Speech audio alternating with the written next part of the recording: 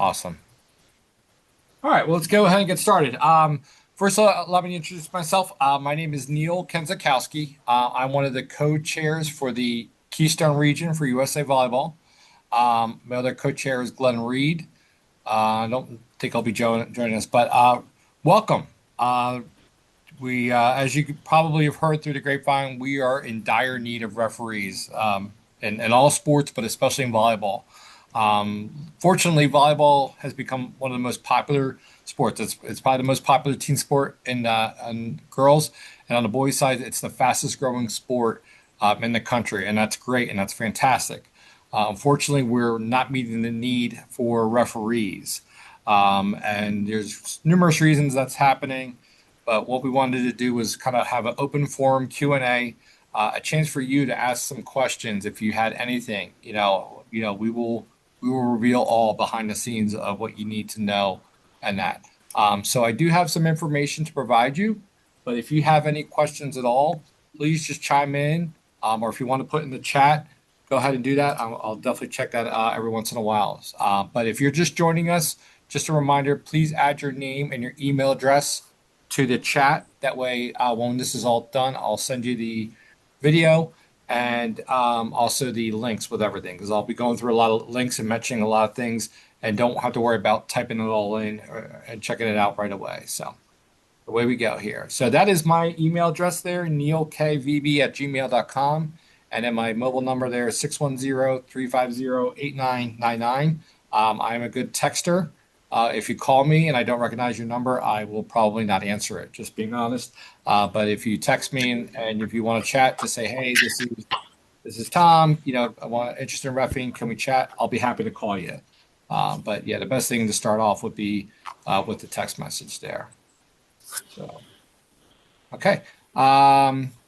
So officials development team, as I mentioned, myself and Glenn Reed. Glenn is the other co-chair.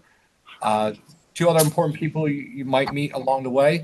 One is David Jones. Dave is our coordinator for referee development. He's the main one that will handle the on-court training portion. I'm sure a lot of you have gotten emails from him. And then if you send an email saying you were interested in reffing, you probably received an email from our referee recruitment coordinator, which is Trish Hoover.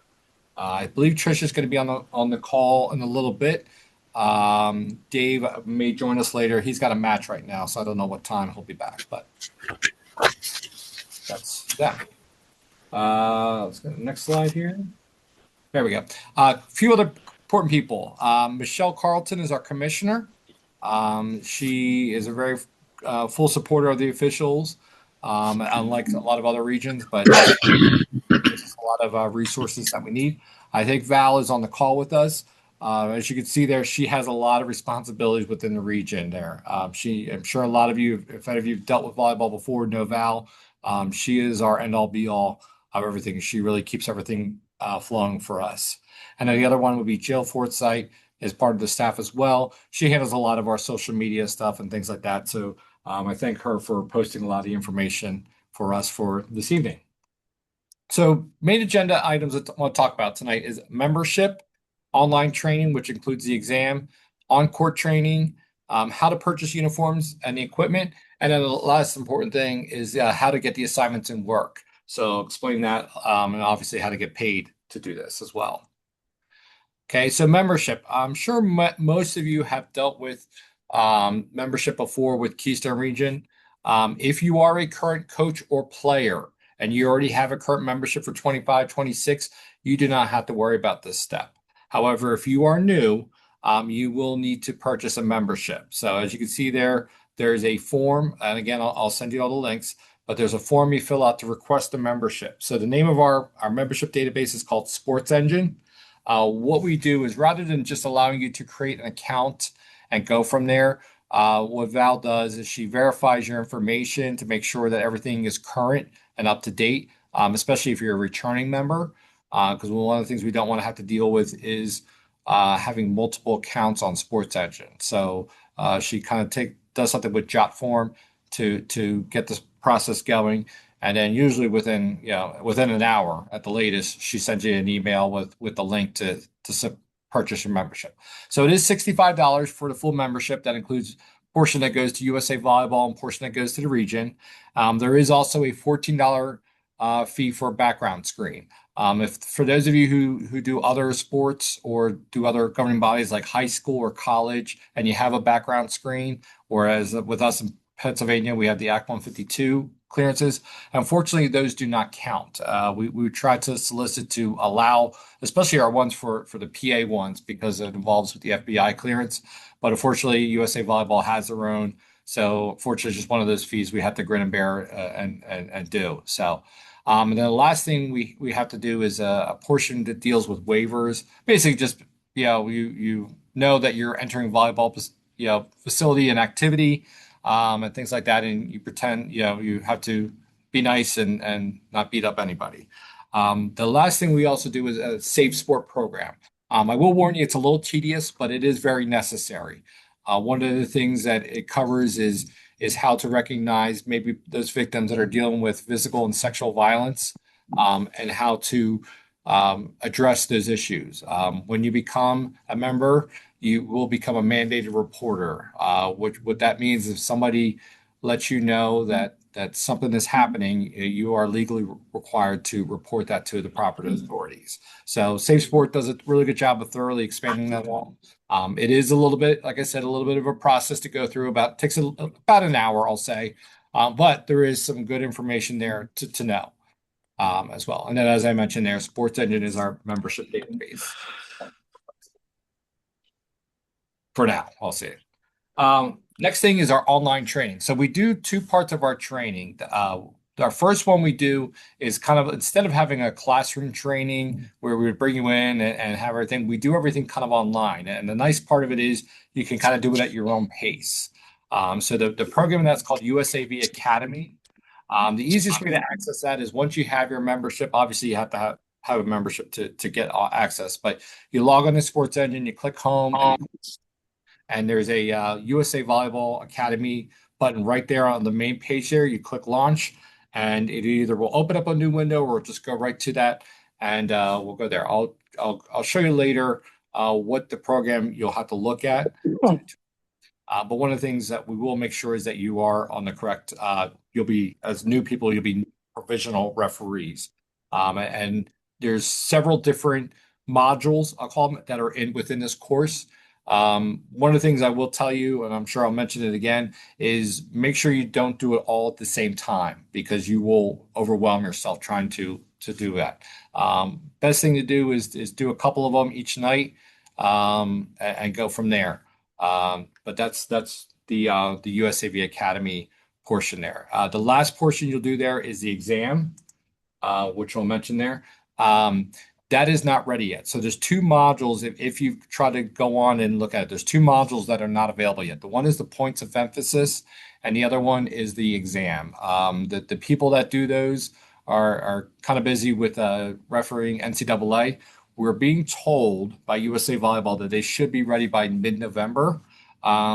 Between us, amongst us, I would not hold our breath. So be patient if you've already started those things, but just be aware that they will be hopefully ready by December. But like I said, the rule books. So rule books, we have a 2-year cycle. So every 2 years we get a new rule books. So I will say rule book. It's technically rules book, but I'm going to say probably each term interchangeably. But we have a new one for this upcoming season. There's two ways to get access it. When you become a member and you're registered as an official, you will have a hard copy shipped to you. So the physical book will be mailed to you directly from the office. There is also an online version. There's a link there that you'll get later on that you can also look at online as well. You can look on a computer, your phone, tablet, what have you. I usually save it I have an iPhone, I save it into my Books app. That way I can look at it. The nice thing with the online version is, you have it right there, accessible anywhere. Plus, if you're looking for a specific term, maybe you want to know something about, the number of substitutions or whatever, you can keyword search and find the term that you're looking for. The name of the course there, as you can see, is called KE26. It's a new provisional referee training. So we have four levels of referee rankings. Our lowest level is our provisional, which is for the new officials. Our second level is regional. Our third level is junior national, and that involves if you want to pursue that level, you would go to a national championship event and be evaluated by a national team of coaches and officials that they would train you and basically evaluate you for that level. It's a pretty big jump to go from regional to junior national. I'll explain kind of the differences amongst the levels and their corresponding levels, but the last level is national. That's the highest level that we have. And that's just basically a slight step above junior national.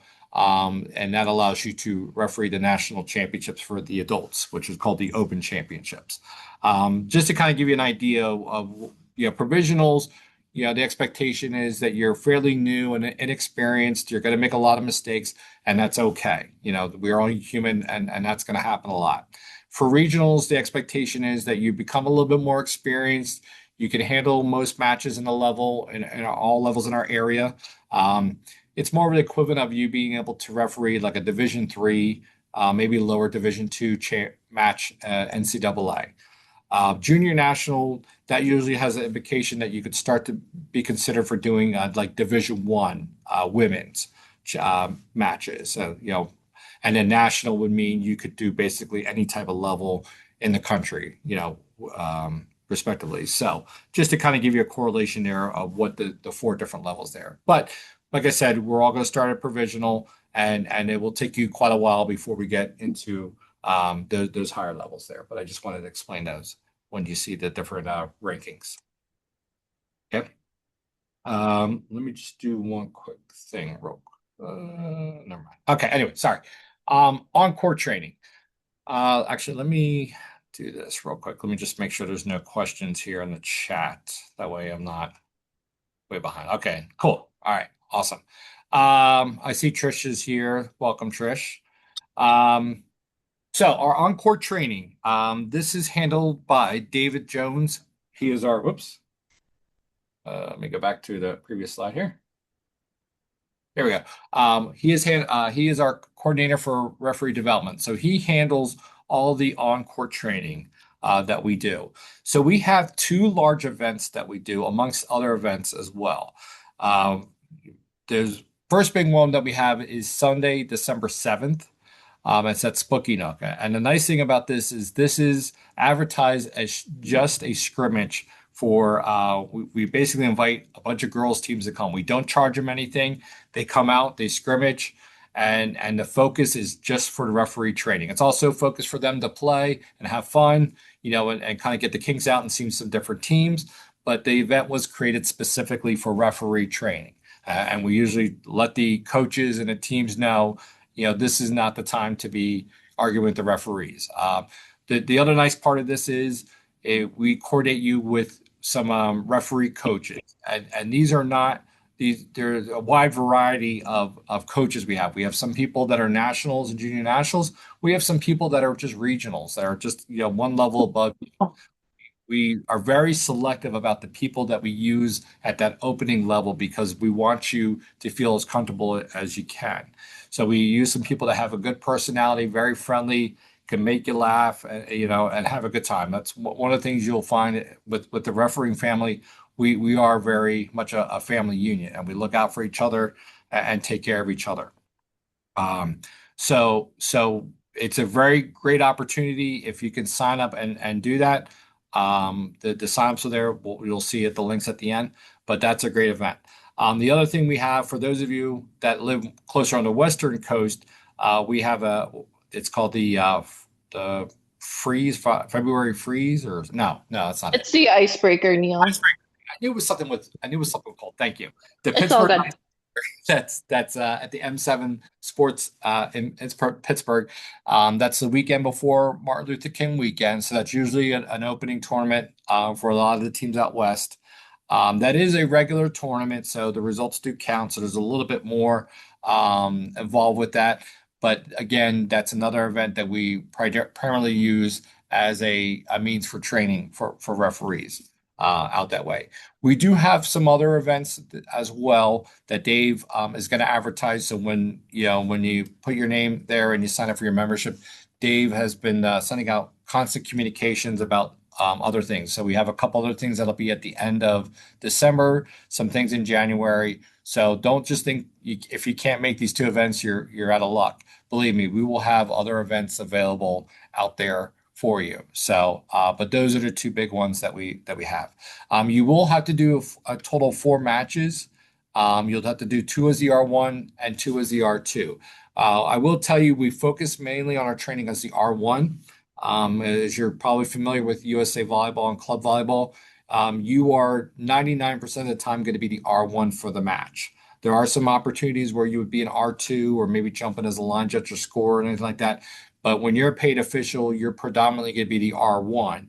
And then the work team, which would be either a coach or a player, would be your R2. And obviously the rest of the staff, the line judges, and that would be part of that work team. So, and in essence, to be honest, you're kind of working alone, so to speak. But if the work team does their job and helps you out, it should be okay. But I just want to be honest there that that's predominantly what you're going to do. There, you will be the R1. Okay. And then I'll mention it focuses on training, not evaluation, for your first couple of years. We really just trying to make you a better person. We also try not to overwhelm you. Believe me, there's times where you're going to be making a million mistakes, and that's perfectly okay. We try to focus on the important things that are pertinent for you to become better. That's what we want you to do. And as I mentioned there, everyone's going to make mistakes, and that's okay. And you learn from them and hopefully don't do them again, but I can guarantee you will. It's just we're human, and that's just part of life.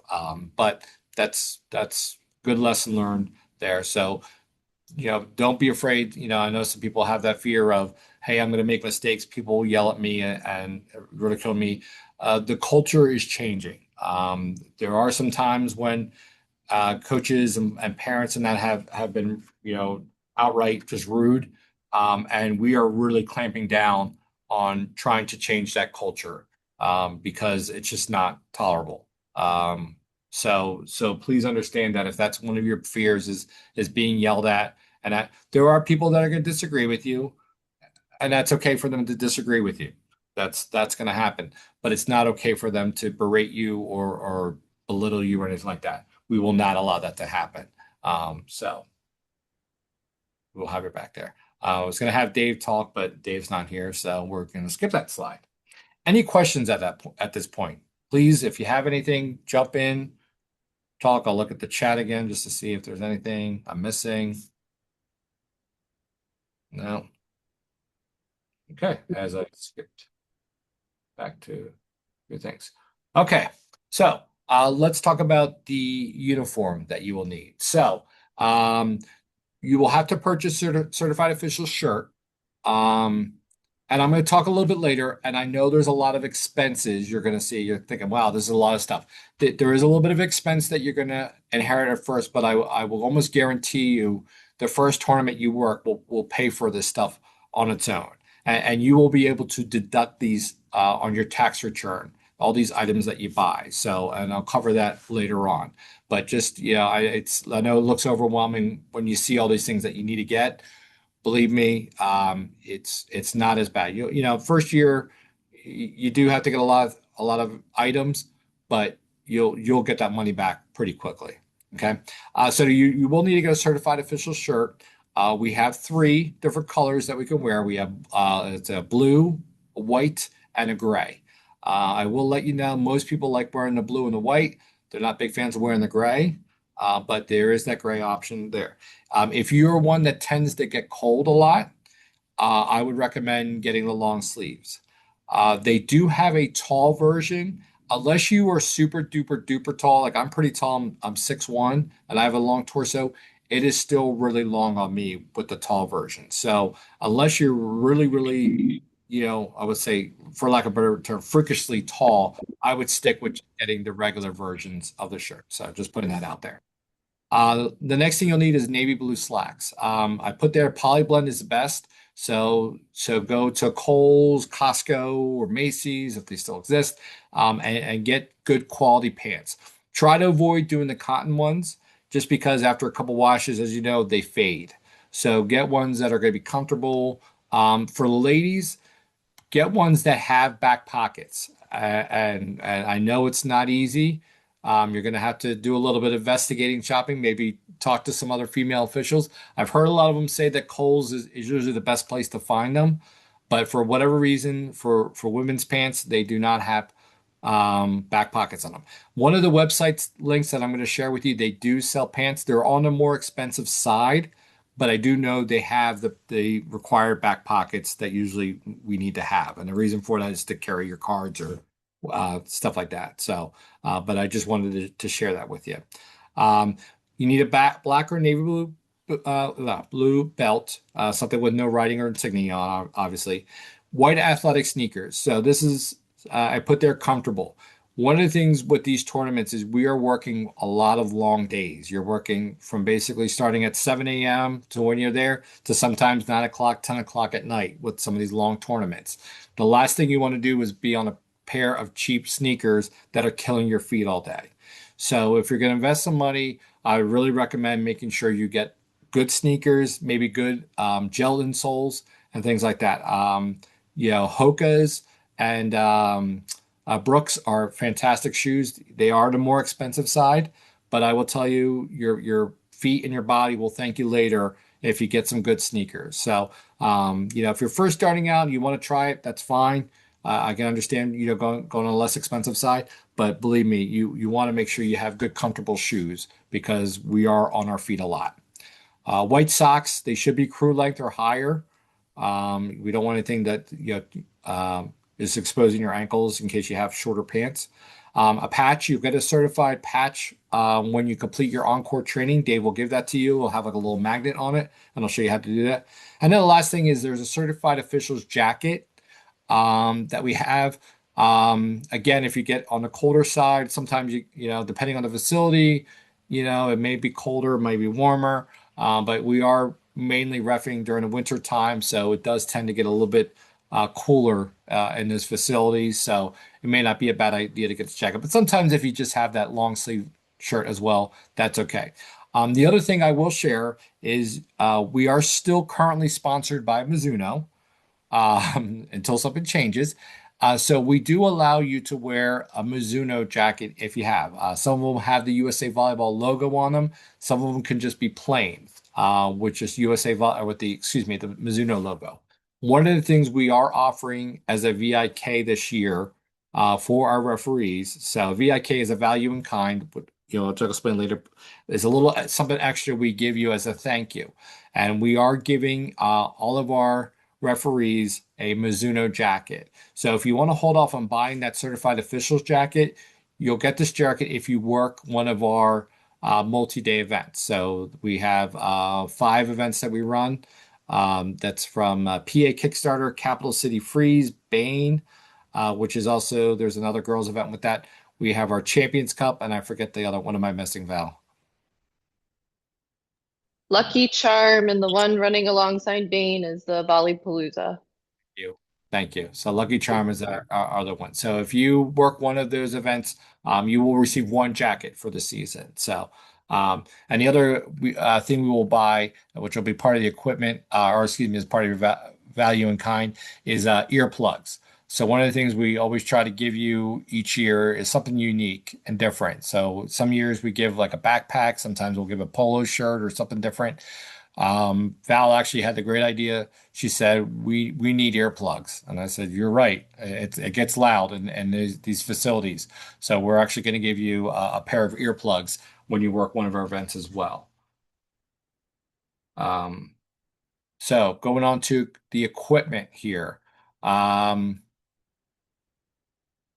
You will need a large and a small referee bag. So I'm being told that we have a small referee kit that we will give you, right, Val? Could you elaborate Yeah, what's in yeah, that? we started that. So you get the small bag, you'll get your Fox 40 whistle, the lanyard, you'll get the flipping coin, your earplugs.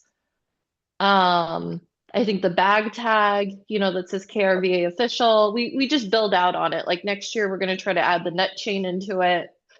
But yeah, so basically, when you come to your training, we will give you all those things to start. You just need your uniform. Perfect. Yeah. So you'll get the small referee bag. You'll get a whistle with a lanyard. Um, well, you can also get a couple other whistles if you want. Some people like doing different colors and different things.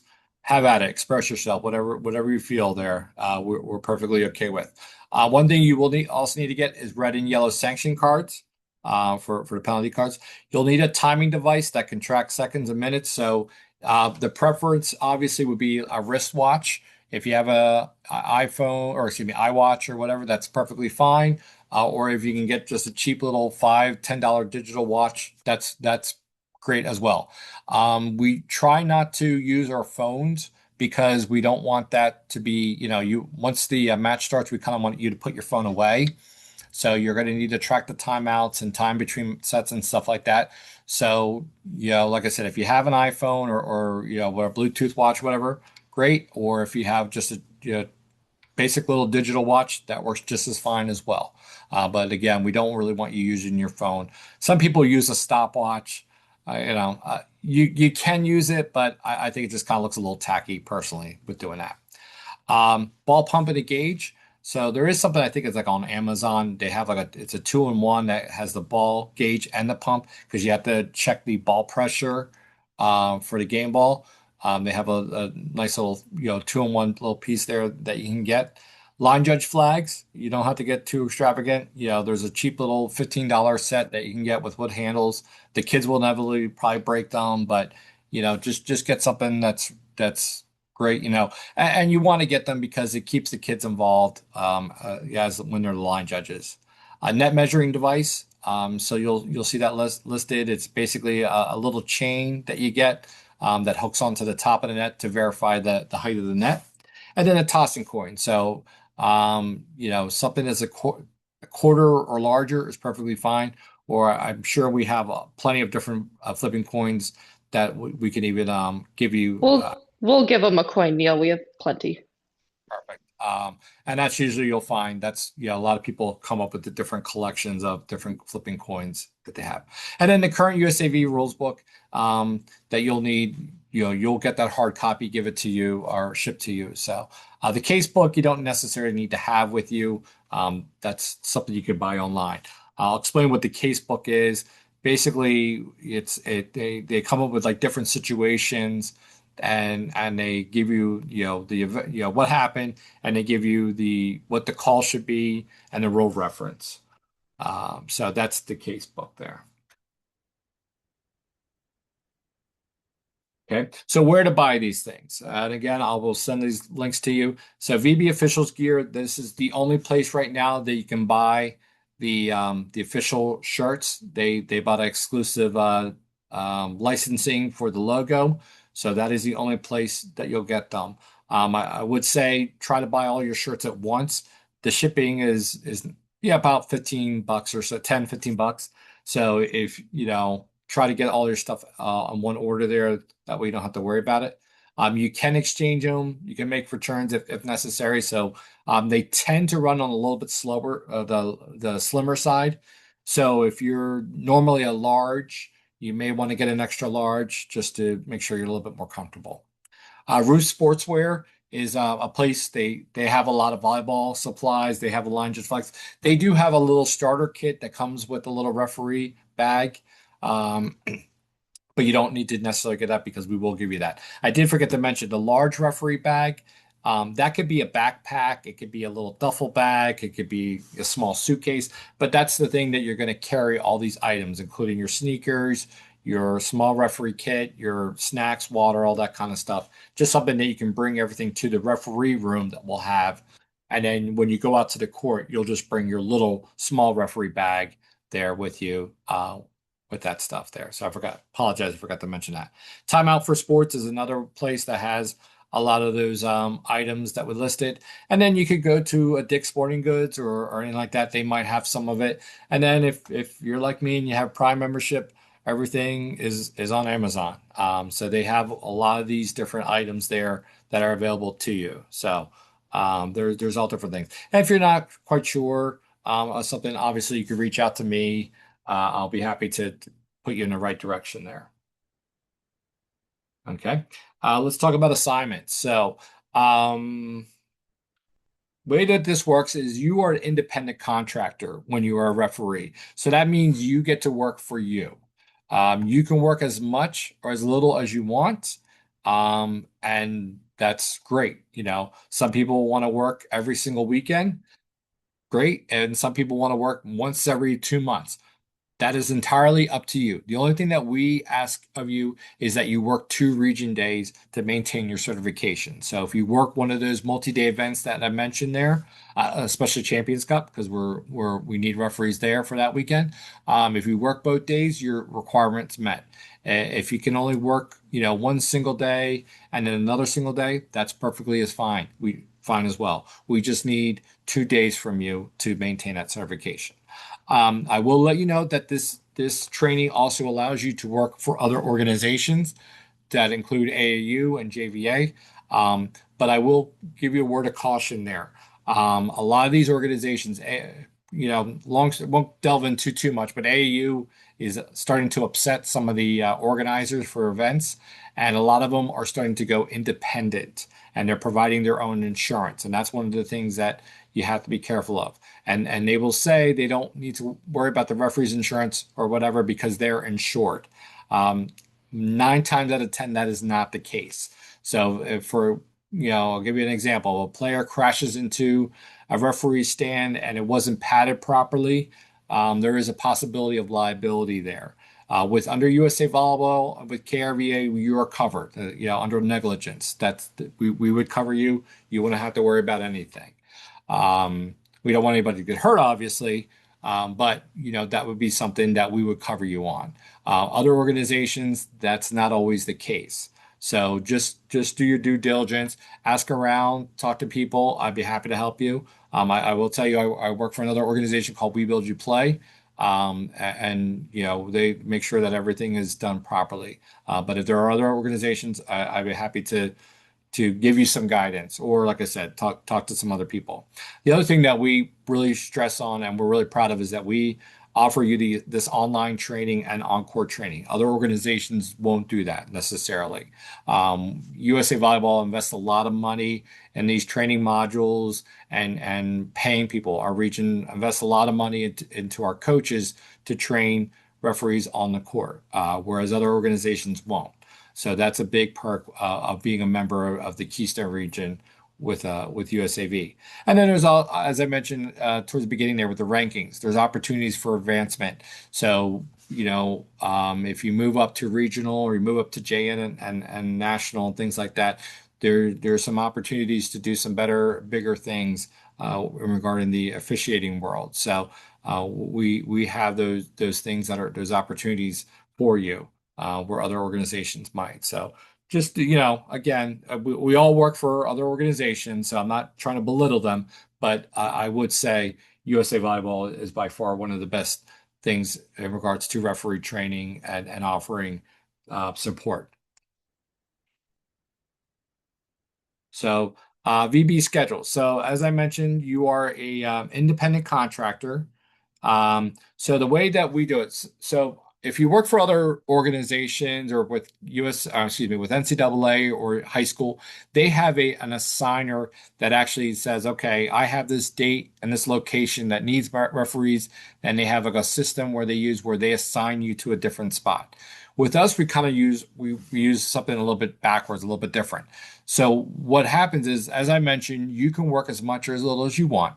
So you will go on to a website, which is the website I'm going to mention here is vbschedule.com. You create an account and you go on and sign up for the tournaments that you are interested in working. Um, you can work, you can sign up for all of them. You can sign up for a couple of them. Again, whatever your preference is perfectly fine. What will then happen is, depending on the tournament needs, you will then be either accepted or rejected.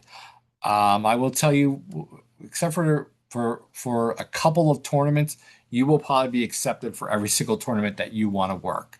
It's just As I mentioned at the very beginning, we are very shorthanded on referees. We have some weekends, especially March 27th to 28th. We are really going to be shorthanded referees that weekend. We will probably use you if you're available. Um, but that's how it works. So you work out, sign up for the tournament you want to work, and then you're accepted. Once you're accepted for that tournament, it's basically a I can't talk contractual agreement that you are going to work that event.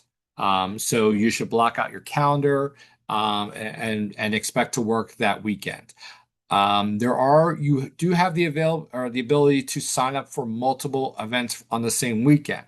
So let's say there's a tournament in Lancaster and one in York, and you sign up for both. That is okay. The word of caution I give you is make sure you make a note on your calendar that you know you sign up for both. Once you're accepted for one of them, please make sure you unregister for the other one. So for that example, you get accepted for that tournament in Lancaster, make sure you unregister for that tournament in York. One of the things as the assigner, I can tell you that's very frustrating is when you find out that somebody double booked. You're going to be inexperienced and you're new, and that's going to happen. And first time, that's okay. We'll forgive you. If it happens multiple times, we'll be less than likely to use you in the future. So please don't have that reputation of doing that. Like I said, you could go on there, you can look at the different dates and locations, and do that. And as I mentioned there in the bottom, you can work anywhere in the United States. So if you want to travel to Hawaii and work a tournament, you're more than welcome to. Um, that is the great thing with having this membership is you can work anywhere. If you want to work in Maryland or Delaware, Jersey, New York, wherever, you can do that. You are permitted to work anywhere as an independent contractor. Um, but that would be something I would look at. Look at your personal calendar and look at the weekends available. Again, if you're not quite sure which tournaments to work, shoot me an email and say, hey, I have this weekend available in February. I would like to work somewhere. Where can I work? I'd be more than happy to guide you in the right direction as to what to consider and where to work. I could even, we have, so I am the main assigner for the Keystone region. But I can coordinate you. As a referee side, we work a lot together with making sure that we try to have as many referees and making sure all tournaments are covered. So I might have a weekend where I have too many referees.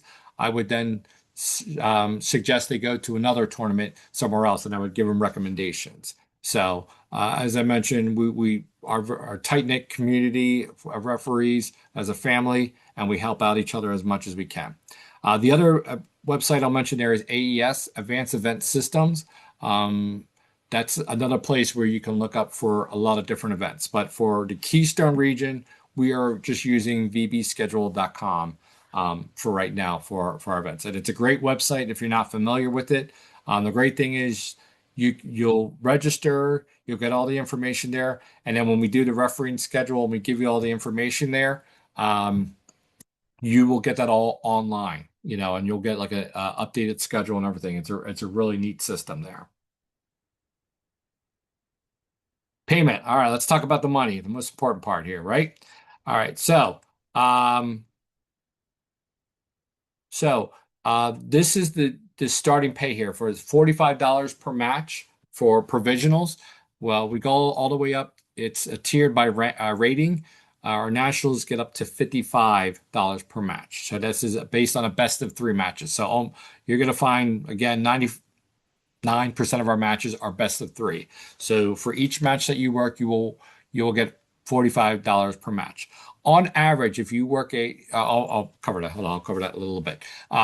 Per diem, you get $25 for a full day, and then if you're only available for a half day, you get $15, and that'll be provided. Sometimes that'll be just added to your check. Sometimes, like if you work at Spooky Nook, we give you a gift card and that you could use at the concessions, or there's actually a little restaurant there. You could use it as well. But that's basically to cover your food expenses there. Hotel room is provided. So if you are 35 miles or away from the venue, we provide you with a hotel room. So typically our tournaments are Saturdays and Sundays. So we would provide you for a hotel for Friday night and Saturday night. It is two referees per room. So it's kind of like college where you sometimes room with somebody you don't know. Um, so just be aware of that. One of the things that's nice to do is as you start to do this, start to get to know people and become friends with people. And if you get along with somebody pretty well, coordinate with them what tournaments you want to work. That way you can then be roommates and stick together. So just a word of advice there. Yeah, there's only really a handful of people that I'll room with. So yeah, just something that to kind of be aware of. Some people like rooming with different people to meet different people, and that's great as well. So, but just let you know that that's the case. Some people do will ask, can you get their own room? Most times that's not possible unless you pay for part of the room yourself. So sometimes we might be able to do a thing where we can, you pay for one night and the region will cover the second night, but that's not always the case. So that would just be handled on a case by case basis there. Next thing is a value in kind. So as we mentioned there, we have the jackets and we have the earplugs that we're going to offer. But some other tournaments, they will offer things like flipping coins. There might be a T-shirt or a referee bag. I'm not quite sure. I'll give a free advertisement for NEQ, which is the Northeast qualifier, the girls qualifier that we have. We have 4 weekends in a row in Philadelphia that start in mid-March to go all the way to I think the first weekend in April there. So I know Glenn, if he was on here, would be advertising. So when you're on AES there, take a look for the Northeast qualifier and see if you can work. That's a great experience. You get to see lots of different teams, work with a lot of different officials. It's a great place. Great tournament, and I'm there as well for most of the weekends. And then, like I said, we have continual support and training. So don't just think that once you have your little training session and everything that we just set you, throw you into the fire and say good luck. We keep an eye on you. We work with you. For our big events, we always have a lead referee or a head referee, and we're always walking around and watching and observing people. And our goal is to make you better, and to learn from these things. So that's there. So as I was mentioning there with the $45 per match, typically for a 2-day tournament, you're looking at doing about, I would say, around 12 to 13 matches for the weekend. So it usually breaks down to about 7 or 8 the first day and then like 4 or 5. So if you do about, like I said, there about 12 matches, you're going to get well over $500 to start that weekend. So as I mentioned there with as I keep saying that, with all your expenses that you had to put up front there at the beginning, that's going to be well covered after your first tournament. I don't delve too much into the tax side of things, but if you look into when you're an independent contractor, you can expense basically anything that has to deal with officiating. So when you buy supplies, when you have to travel somewhere, you can write off the mileage. Things like that. Anything that deals specifically with officiating, those expenses you can deduct. So all those items and uniform things that you have to buy right off the bat, those are all tax deductible. So just just be aware of that as you're doing it. I can offer some information, but I'm obviously not a tax professional.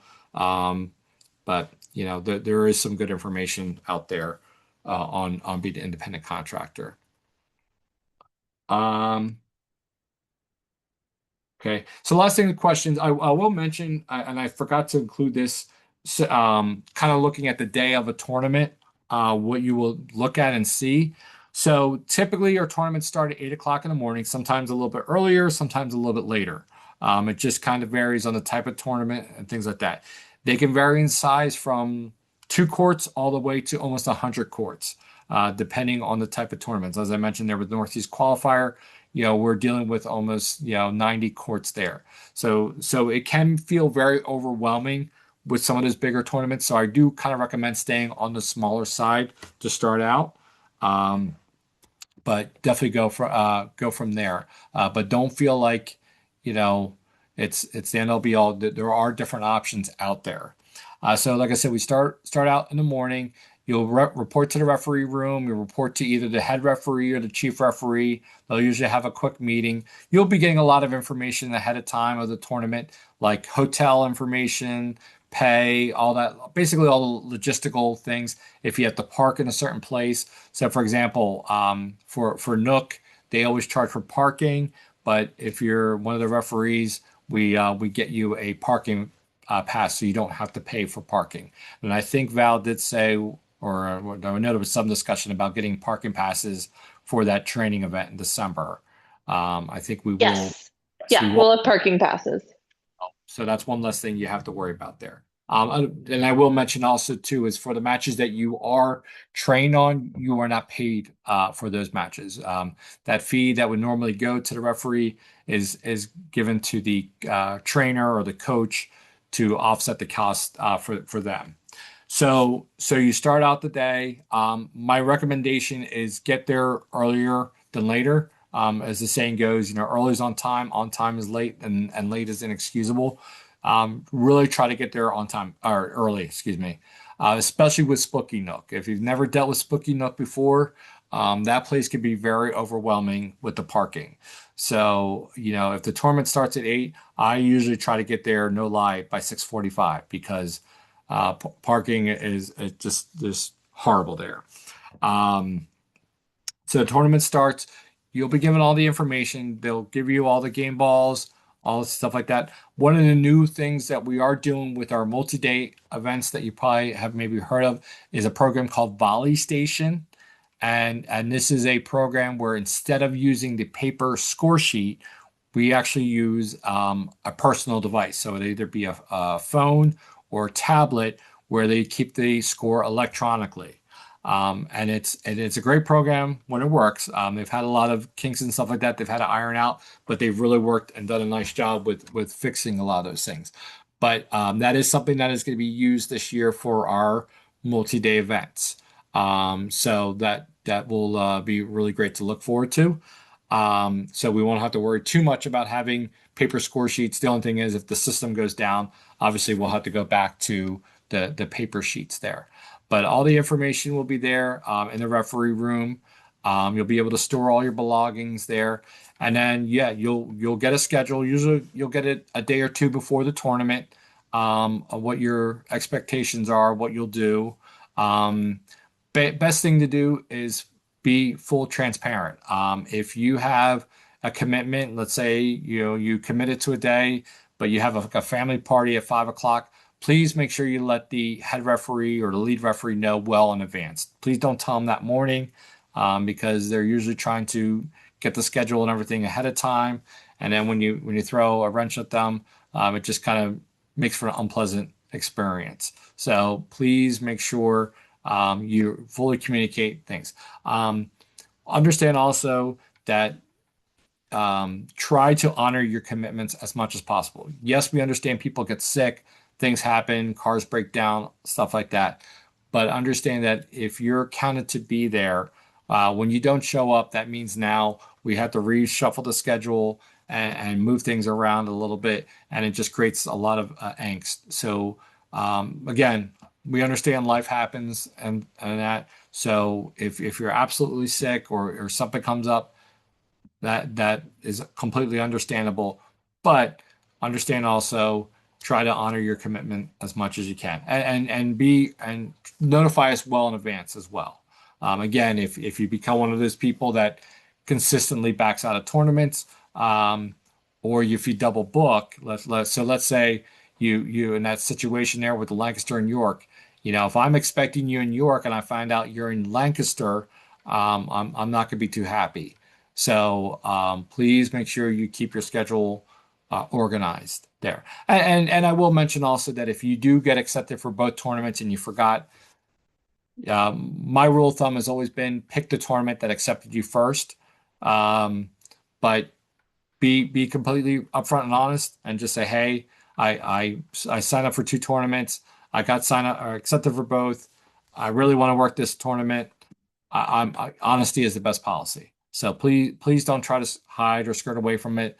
Let us know and be completely honest about it. That way we know what to expect versus expecting you there and then you not being a no-show. So because like I said, I do have some people that I will not accept for tournaments because I know there's a good possibility that they're not going to show up. So basically at this point, you work the tournaments, the matches. The matches are generally about an hour each. We typically have you do a schedule where you do two matches, you're off for one, and then you switch courts. Like we do like a 3-on-2 type of schedule. So that's usually where you work, 7 or 8 matches for the first day, and then the second day you're looking at doing about 4 or 5. You usually have an opportunity to be an R2 there as well for a playoff match, if required. So it's a great environment. Like during those off matches, if you're hanging out in the referee room, it's a great chance to meet other people and kind of bend your ear, get to know people. Or if you're somebody that just kind of likes to be by yourself and throw on your headphones and be in a corner, that's perfectly okay too. Believe me, there's times when I've done that as well. But it's a great network. And I think everybody will really enjoy officiating. Um, and understand again, you're going to make a lot of mistakes and you might feel overwhelmed. Then that's perfectly okay. Be transparent about that. And we'll get you through that. And understand also that you might give it a shot and it may not be for you, and that's perfectly okay. I'll share the story. I tried coaching twice, and believe me, coaching was not for me. So. So I completely understand if you try officiating and you discover it's not for you, that's perfectly okay. But at least you give it a try. So yeah, at this point, if you have any questions, please chime in or jump in the chat here. I'm gonna look at the chat one more time Hey, here. Neil. Yes. Hey, this is Trish, everybody. Hello. I just wanted to let everyone know in talking with one of the new officials who was trying to order some of the certified polos, they are not showing up on the web page right now, which I assume means that they are out of stock. And these are particularly the white polos. Um, and Neil, correct me if I'm wrong, but you can wear a plain white polo with your patch to tournaments, and that will be okay if you are unable to get the certified polo. And then you just need to keep checking back to that website. I haven't heard anything, Neil. I don't know if you've heard anything, but and I just checked the site now, and it looks like men's and women's, the short sleeve, they do not have them right now. Okay. Good to know. I did not know about that. And I'm sure that's happened because yeah, it's a new season. So I'm sure there's a lot of people that have done that. Yeah, that's a great point, Trish. Especially with the white one. So and kind of going back to that training session for your first time being on, you don't need to get the certified officials shirt. If you have a plain white polo shirt, that is perfectly a-okay. And if that continues where they don't have the certified officials, especially in the white one, you don't, you can wear a plain white polo, or as I mentioned, most people like wearing the blue one mainly. For most of the times with club tournaments, people wear whatever color they want. Some of the bigger events like NEQ, they might ask you to wear a specific color, but we've really gotten away from that just because, as Trish mentioned, they sometimes don't have all the colors available. And you will also see some people are wearing like Mizuno polo shirts. When you go to a national event, they give us these certified officials polos that are like red and like dark navy blue and stuff like that. So we try to get away from dictating a color. You can wear whatever color you want. So if you want to wear the ugly gray, go ahead and do it. Whatever you want to do, that's perfectly fine. But like I said, most people do like wearing that cyan blue. But no, Trish, that is good to know. That is good information. So yeah, especially if they don't have them available right now, a plain white polo shirt is perfectly fine. So, um, yeah, but that's basically it. Anybody else have any questions? Any thoughts? I'm looking at the chat here, make sure. So hopefully, yeah, okay, yeah, that was a great question. So, mentioned here in the chat is as a provisional, will you start on the younger age groups? Absolutely. We will not throw you on the 18 open right off the bat. We will definitely start you with the younger age groups.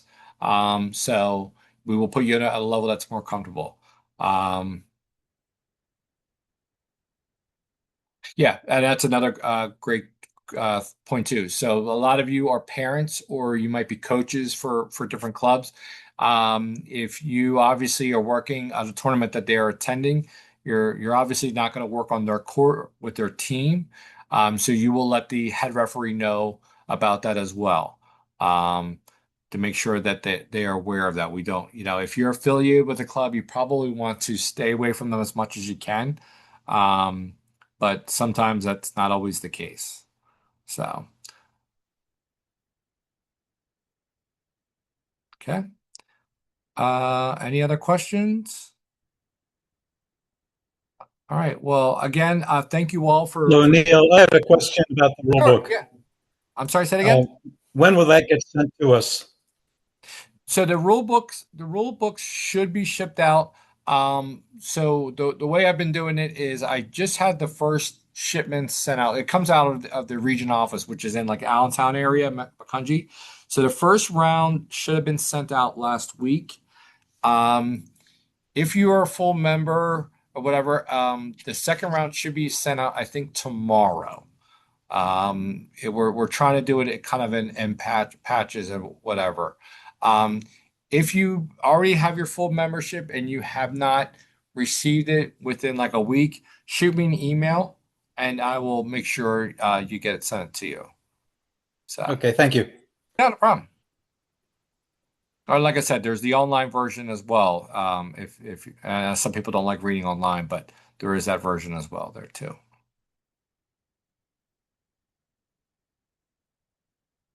And then, as I mentioned, I will send this presentation with the links to everybody. Hopefully tonight. Yeah, I should be able to do it tonight. If not, then definitely tomorrow morning.